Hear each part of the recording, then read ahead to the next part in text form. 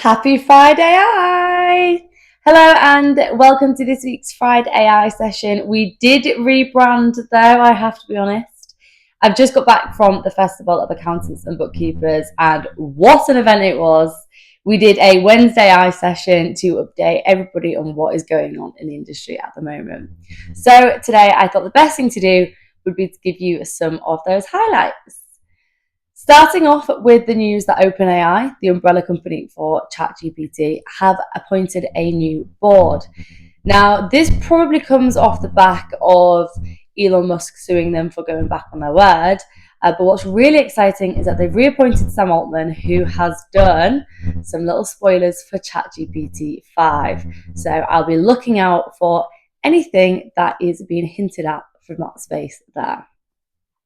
I also mentioned about Klarna. So Klarna, for those of you that don't know, are a credit company.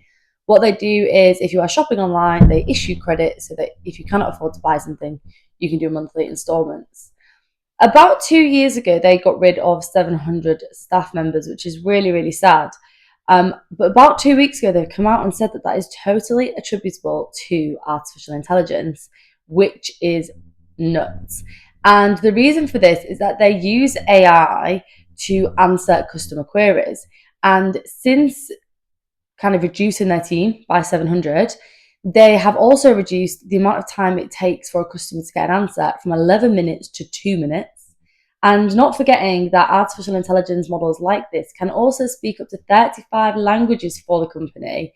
And in terms of their cost, it's gone down massively.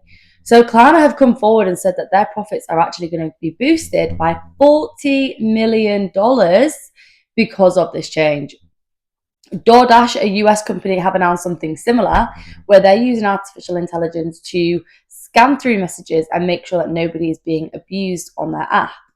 And I think the statistic is something along the lines of 1,400 messages per minute are being reviewed. Let's face it, how long would it take a human to do that? So the point here is not necessarily that we need to shoehorn this into accountancy, although I do think it's going to have a place. We do need to be looking at embracing chatbots because our clients are going to be expecting it. They're going to be using it in other areas of their life. But also, if these systems can do that in their spaces, how long will it be before they can detect fraud, etc.? A little bit more than they're doing already. So as I said, there are some other news coming from the likes of Google. We also discussed in the last couple of days about Google and Microsoft. A lot of people were not aware of some of the things that they can do to help you when it comes to writing emails and filling out text boxes. So if you are using Google Chrome or Microsoft Edge and there is a blank text box on the screen, you're able to right click on it and say, help me write or fill in this text box. And what's super impressive is that the AI behind this will understand the context of the website that you're using. So it will be able to fill out the box a lot more accurately. Similarly, when it comes to emails, etc., whatever you type, you might want to change that to say, could you please shorten this email, change the tone, make it more formal, make it more friendly, etc., etc. So it's really nice that we've got these support systems available. Now, there were two other pieces of kit that I mentioned during my session. One with Google Mail is called Skim AI. And what this does is that it reviews and skims, the clue is in the name, it skim reads your emails of Google and it's able to label them. It's able to identify what's a newsletter and it's able to prioritize the ones that it believes are the most important. And what is even better than that is that it can also start to draft responses that it thinks would be appropriate.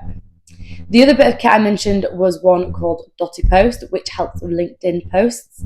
We've seen this embedded within the LinkedIn social media area, but Dotty will look at previous posts and make sure it's writing in the way that you normally do. So if you are looking at a scheduling tool, please do check them out. So as I said, I returned from the Festival of Accountants and Bookkeepers. It's been a fantastic week. I do want to give a special thanks to Tom Herbert. If you are not following him on LinkedIn, reading his articles on Accounting Web, or making sure that you're up to date with his tech bites, please do so because it is super beneficial to us. And two bits of kit just to mention that I spoke to this week. So Expert, I've mentioned them before. If you are interested in an AI platform for practice management. They are brilliant, and they've also got some fantastic integrations, which is very important to me. So do reach out to them.